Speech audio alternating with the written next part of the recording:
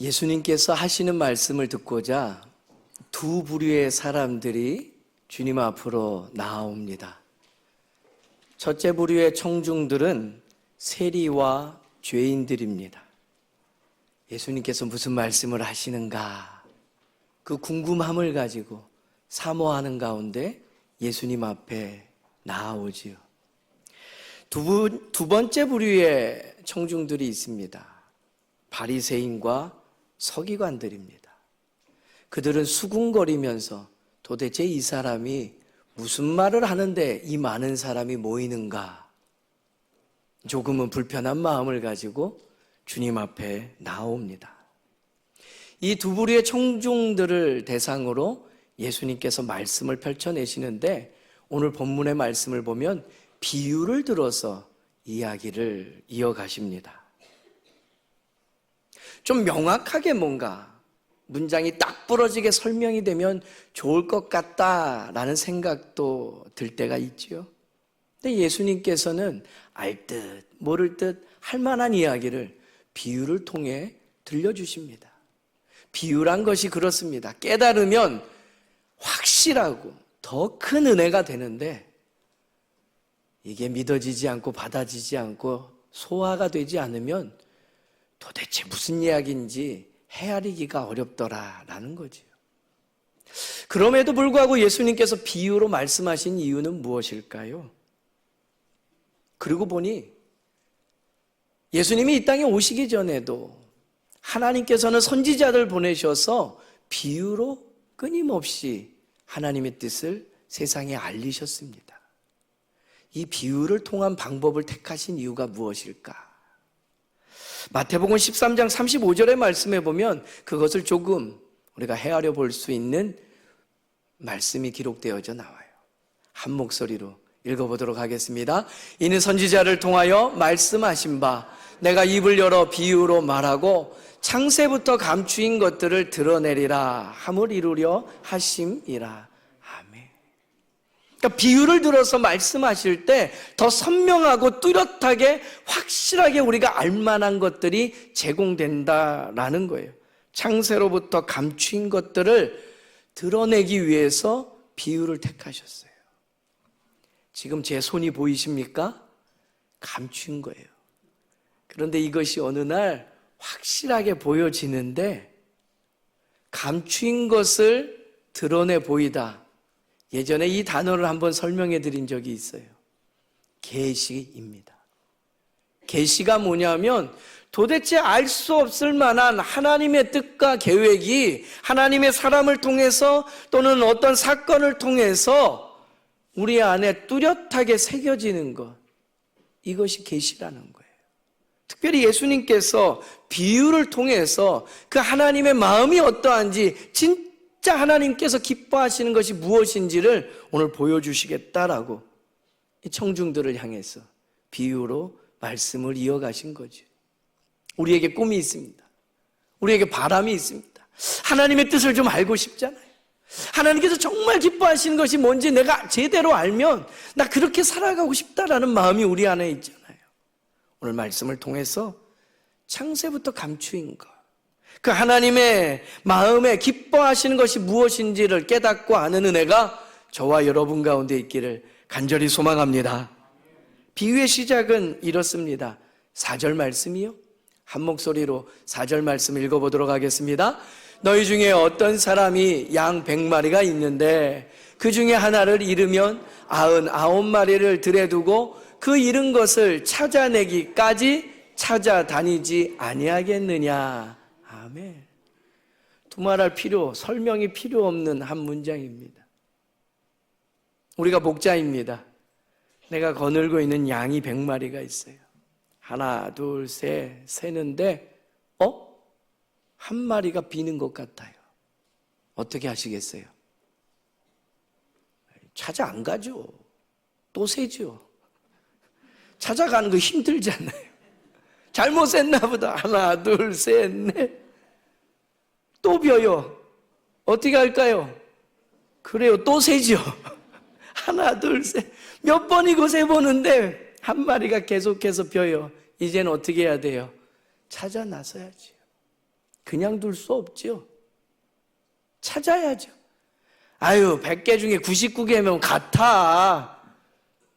모른 척 외면하시겠어요? 아니라는 거예요. 찾아 나서요. 어디까지요? 5분쯤이요? 1km만큼이요? 아니요. 찾을 때까지 찾는 거예요. 이 비유의 말씀을 통해서 하나님이 어떠한 분인지를 우리는 먼저 발견할 수 있어요. 첫 번째 우리에게 주시는 하나님의 말씀은, 하나님은요, 포기하지 않으시는 하나님이라는 거예요. 제 개인적으로는 가장 좋아하는 믿음의 고백이기도 합니다. 포기하지 않으시는 하나님. 찾아내기까지 찾아다니겠다라는 그 하나님의 결심과 작정함이 있기에 오늘 저와 여러분이 예수 그리스도의 그 십자가의 보혈로 말미암아 구원받은 자, 하나님의 자녀가 된 줄로 믿습니다. 포기하지 않으시는 그 하나님의 사랑 때문이라는 거예요. 그러고 보니 예수님께서 이 땅에 오셔서 비유로 말씀하신 것 이전에도 끊임없이 하나님은 선지자를 통해서 그 백성들 가운데 이 이야기를 들려주셨어요. 에스겔서 34장 12절, 11절 말씀입니다. 주 여호와께서 말씀하십니다. 나 곧 내가 내 양을 찾고 찾되. 하나님이 어떤 분인지를 우리에게 온전히 드러내 보여주는 말씀이에요. 찾고 찾으시는 하나님. 이 말씀은요, 간절히 찾다라는 의미를 가지고 있어요. 찾고 찾대라는 것은요, 열심히 추적해 나가겠다는 거예요. 찾을 때까지는 내가 멈출 수 없다라는 결연한 의지를 우리는 읽을 수 있습니다. 양이 흩어졌을 때 그 때를 찾아다니는 것처럼 찾으시겠다고 작정하신 하나님이시라는 거예요. 그 하나님의 마음의 절박함이, 간절함이 어떤지 잘 와닿지 않지요? 7년 전이었습니다. 우리 교회에서 있었던 기적이요. 포기하지 않으시는 하나님 하면 저는 이 사건이 떠오릅니다. 우리 안에서만 회자된 게 아니라 온 세상에 알려졌던 이야기예요. 뉴스에 났었어요. 그날의 뉴스 한 편 짤막하게 잠깐 볼까요? 1969년 당시 5살이었던 남자아이가 이웃 누나 손에 이끌려 집을 나섰다가 실종된 일이 있었습니다. 부모는 한시도 아들에 대한 기억과 승리별의 아픔을 잊지 않고 살아왔는데요. 50년 만에 모자가 상봉했습니다. 박현우 기자입니다. 이른 아침 집을 나서는 76살 한기숙 씨. 약속 시간까지 4시간도 넘게 남았지만 49년 만에 아들을 만나러 가는 길, 한시도 지체할 수 없습니다. 아니 50년 만에 뵙는데 기분이 어떠신지? 예, 감회가 새롭습니다. 잠은 좀 주무셨어요? 못 잤어요, 1시간도. 1969년 장난감을 사주겠다는 이웃 누나 말에 속아 따라 나섰다 실종됐습니다. 이후 아들을 찾기 위해 전단지도 붙이고 혹시나 하는 마음에 불과 작년까지도 방송에 나가 사연을 알리기도 했습니다. 모자간의 반세기 만의 만남은 한씨 아들 A씨가 부모를 찾아달라며 지난해 등록한 사진 덕분이었습니다. 서울 서초경찰서에서 비로소 49년 만에 서로를 끌어안은 모자는 그동안 못다한 이야기를 나누며 서로 간에 쌓인 오해를 풀었습니다. 2018년 2월에 있었던 이야기입니다. 제가 반포교회 4대 담임 목사로 부임하고 온 교우들의 가정을 신방하였을 때 들었던 이야기 중에 가슴 아픈 사연이었죠. 목사님, 50년이 다 돼가는데 우리 권사님 가정에 잃어버린 아들을 아직도 만나지 못하고 있습니다. 우리 권사님과 집사님 내외가 얼마나 여전히 애타게 찾으며 눈물 흘리며 기도하는지 모릅니다. 우리 교회 모두가 그렇게 50년 가까운 세월을 보냈습니다라고 말이에요. 그런데 어느 날 아침에 제가 지금 분명히 기억하는 것은 수요일이었습니다. 수요일 말씀을 준비 중이었는데 권사님 전화 주신 거예요. 목사님, 아들을 찾아서 만나러 가요. 제 마음에 어떤 생각이 들었을까요? 정말요? 제가 부임한 지 얼마 안 되는 시간이지만 그 안에도 아들을 찾았다 이야기를 듣고 만나지만 진짜 아들이 아니었던 경험을 하니까 행여나 또 상처가 되고 또 마음에 상함이 생기진 않을까 하는 염려와 걱정과 두려움, 그게 먼저 찾아오더라고요. 그런데 이날 진짜 만난 거예요. 우리는 이 일을 두고 이렇게 얘기하죠. 기적 같은 일이라고. 왜 기적 같은 일이에요? 기적이죠. 근데 그렇게는 또 인정 안 해요, 우리는. 뉴스 짤막한 그 이야기에 어느 경찰서를 통해서요? 서초경찰서요. 우리 관내 이야기예요. 그런데 어떻게 50년 만에 만나는지 도무지 이해가 되지 않는 거예요. 그날 아침의 이야기를 우리 수요 예배 오셨던 오래된 교우분들을 다 기억합니다. 2018년 이후에 오신 분들은 이게 무슨 일인가라고 얘기하실지 모르지만요. 부모가 안 찾은 것 아닙니다. 끊임없이 전단지 돌리고 기도하고 방방곡곡을 찾아다니는데 어떻게 소초구 안에서 50년이나 세월이 걸렸을까라는 생각이 드는데 사연을 들어보면 그렇잖아요. 아들이 찾지 않았어요. 부모가 버린 줄 알고. 양부모 밑에 자라나는 것도 알았지만 생부 생모에 대한 마음이 어려워서 찾지 않았어요. 그런데 세월이 흘러서 그도 나이가 드니까 여러 형편에 알아보고 싶은 거예요. 그러니 요즘 세상 얼마나 좋습니까? DNA 딱 들어가 있고. 저는 이 사건을 경험하면서 포기하지 않으시는 하나님. 그런데 왜 우리가 못 만나고 왜 고백하지 못하는가? 우리가 되돌이키지 않는 거예요. 우리가 하나님을 바라보지 않는 거예요. 우리가 하나님을 찾지 않는 거예요. 하나님은 여전히 기다리시고 우리를 찾으시는데 우리가 그것에 반응하지 않더라라는 거죠. 하나님께서 정말 기뻐하시는 일은 그 잃어버린 영혼 끝까지 찾으시는 일인데 그 잃어버린 영혼을 찾으시겠다는 하나님의 열심이 여전히 있지만 그 일이 성사되지 않는 것은 세상에 죽어가는 영혼들이 하나님 필요 없다 외면하고 있기 때문에 포기하지 않으시는 그 사랑 가운데 우리가 머물고 있지만 그 사랑의 은혜에 대해서 감사하지 못하고 기적이 일어나도 기적 같은 일이라고 폄하하고 기적을 경험해도 내가 회개의 자리에서 돌이키지 아니하면 이게 하나님의 은혜인 줄 알지 못하기 때문에 여전히 하나님은 포기하지 않으시며 우리를 기다리시고 찾고 계신데 우리의 삶의 자리는 여전히 하나님 없이 허덕이고 있는 이유가 바로 여기에 있다라는 거죠. 그 포기하지 않으시는 하나님께서 가장 기뻐하시는 일이 뭘까요?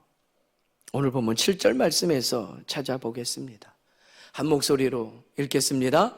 내가 너희에게 이르노니 이와 같이 죄인 한 사람이 회개하면 하늘에서는 회개할 것 없는 의인 99으로 말미암아 기뻐하는 것보다 더하리라. 아멘. 두 번째 하나님께서 우리에게 주시는 음성은 하나님께서 기뻐하시는 일은요 죄인의 회개라는 거예요. 예수님께서 오늘 이 비유를 통해서요 강조하시는 내용이 뭡니까? 잃어버렸던 한 마리 찾았으니 재산의 보존에 대한 기쁨이 크구나라는 이야기가 아니라는 거죠. 손해보지 않겠다 그래서 한 마리 어떻게든지 찾아오는 그 악착 같은 열정에 대한 칭찬도 아니라는 거예요. 예수님께서 오늘 강조하시는 건 회개에 대한 겁니다. 양이 스스로 돌아왔다라고 오늘 성경은 이야기하지 않아요. 목자가 찾았고 그 목자가 너무 기쁜 마음에 어깨에 들쳐매고 찾아왔다라는 거예요. 할렐루야. 우리의 구원도 스스로 이루어지는 것이 아닙니다. 하나님께서 우리를 찾아오셔서 회개하게 하시는 그 놀라운 역사 때문에 가능한 일이라는 거예요. 하나님께서 그렇게 우리를 찾아오셨어요. 하나님의 사람들, 선지자들 그렇게 많이 보내도 도무지 들으려 하지 않으니까 하나님께서 친히 육신을 입어 이 땅에 오셨어요. 그게 성육신. 예수님이 이 땅에 오셨어요.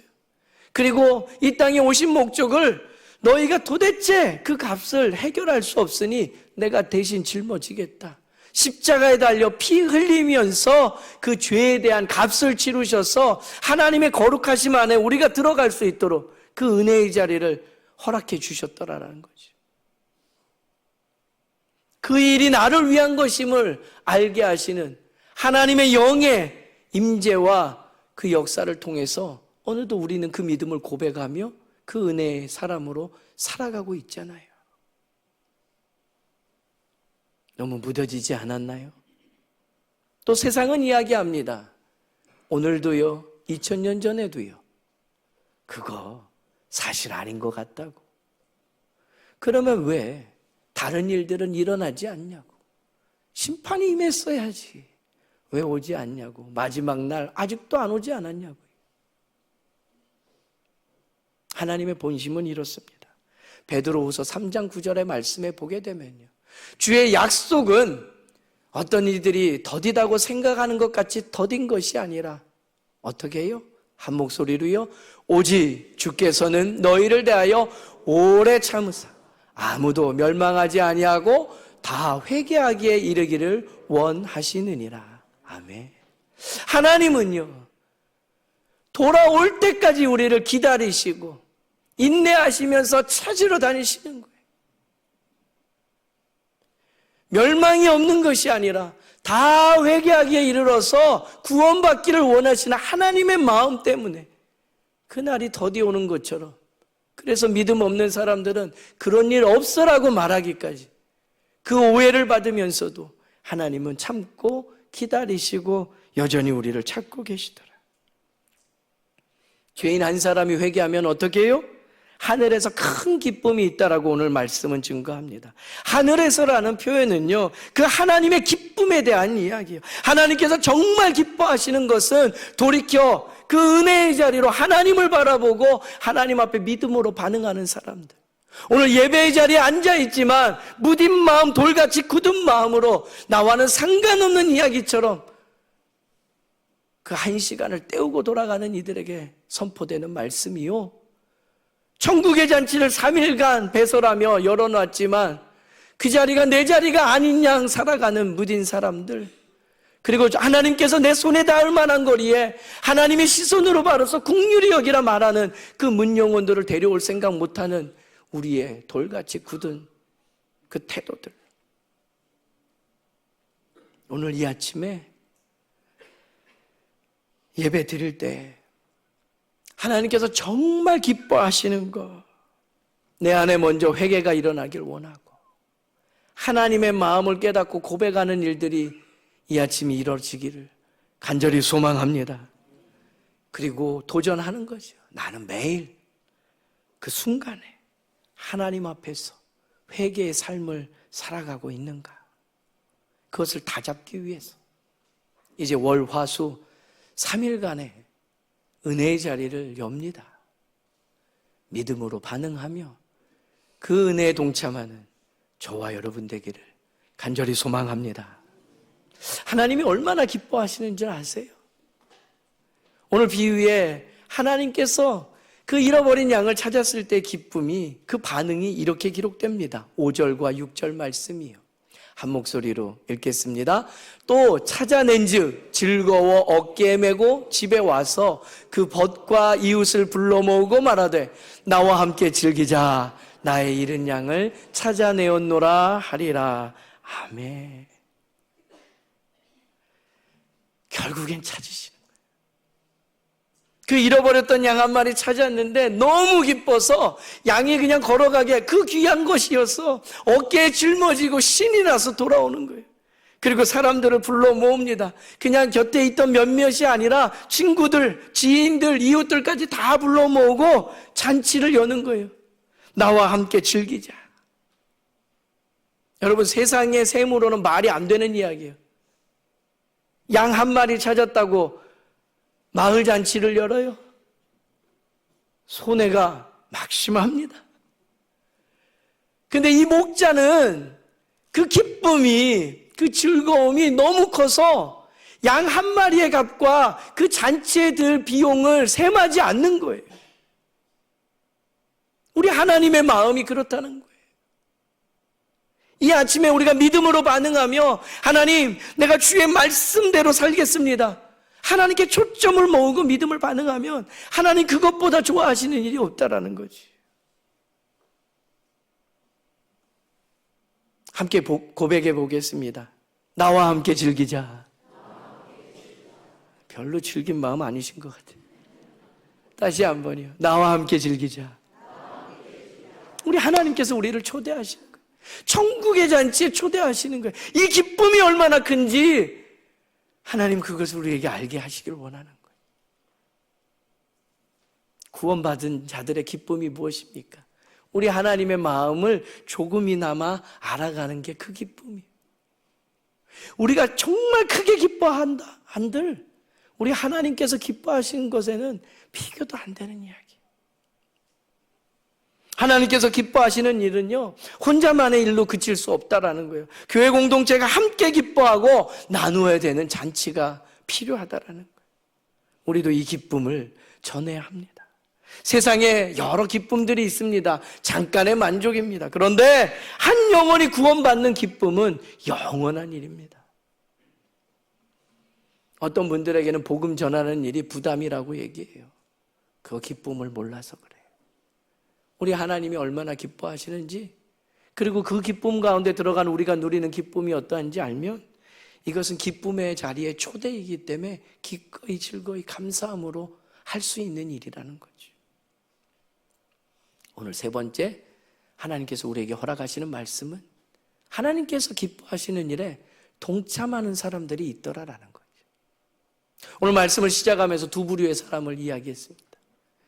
두 번째 부류의 사람들이요, 오늘 본문보다 조금 앞선 2절 말씀에 보게 되면 바리새인과 서기관들은 수군거리면서 다가옵니다. 이 사람이, 죄인들, 그들과 음식을 먹고 영접한다고? 도대체 왜? 뭔 일이 있길래? 어디까지 하나 지켜보자. 그런 마음들이 있어요. 본 부흥사경이 그거 뭐 주일 예배 잘 드렸으면 됐지. 기대가 없어요. 이미 은혜 받았다라고 말하며 식을 대로 식어진 열정 가지고 살아가고 계시지는 않습니까? 오늘 누가복음 15장의 첫 번째 비유로 우리가 말씀을 이어가고 있는데, 그 누가복음 15장의 끝에 나오는 비유에는 우리가 잘 아는 탕자의 비유가 있습니다. 아버지의 가산 다 탕진해버린 둘째 아들이 회개하고 돌이켜 아버지께로 나옵니다. 그 둘째 아들을 맞아주신 아버지는 오늘 잃은 양을 찾았던 목자와 같이 잔치를 열어요. 그만큼 기쁜 일이에요. 그런데 그 기쁨에 동참하지 못하는 한 사람이 등장합니다. 그의 형이었던 첫째 아들이요. 아버지의 자산 다 탕진해버린 저 아들이 뭐가 이쁘다고 잔치를 열어요? 나는 그동안에 그렇게 수고하고 최선을 다했는데 나한테 그런 일 없잖아요. 혹시 오늘 예배하면서 그 첫째 아들의 자리에 앉아있진 않으십니까? 하나님을 떠난 영혼에 대해서 하나님의 긍휼하신 그 시선으로 우리가 세상을 바라보며 살아가는가에 대한 질문에 답변해 보십시오. 나는 구원받은 자니 이만하면 됐다, 스스로가 족하다 이야기하며 오늘 예배하고 있지는 않은지요.